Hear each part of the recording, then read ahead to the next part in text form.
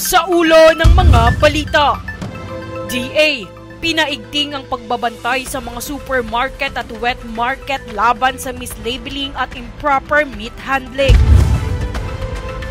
6 na rehiyon, inuudyok na magpatupad ng wage hike bago matapos ang taon. Leyte 1st District Representative Romualdez itinanggi ang paratang ni Saldico ukol sa isyu ng pondo. Ilang makabayang grupo umalma sa ikalawang bahagi ng video na inilabas ni Saldico, PBBM, dedma sa mga paratang. Philippine Navy, na-recover ang Chinese rocket debris sa Tubataha Reef. At Christmas lighting sa bansa, sinimulan na sa iba't ibang lugar.